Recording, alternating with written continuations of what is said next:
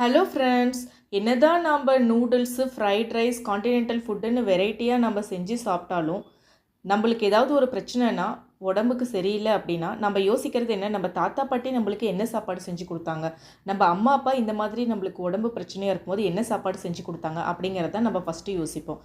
என்னதான் நம்ம modern food சாப்பிட்டாலுமே நம்ம ட்ரெடிஷ்னல் ஃபுட்டை நம்ம விட்டு கொடுக்கவும் முடியாது, மறக்கவும் முடியாது. அதில் ஒன்று தாங்க இந்த கொங்கு நாட்டு ஸ்டைலில் பண்ணக்கூடிய பச்சைப்பயிறு கடையல்.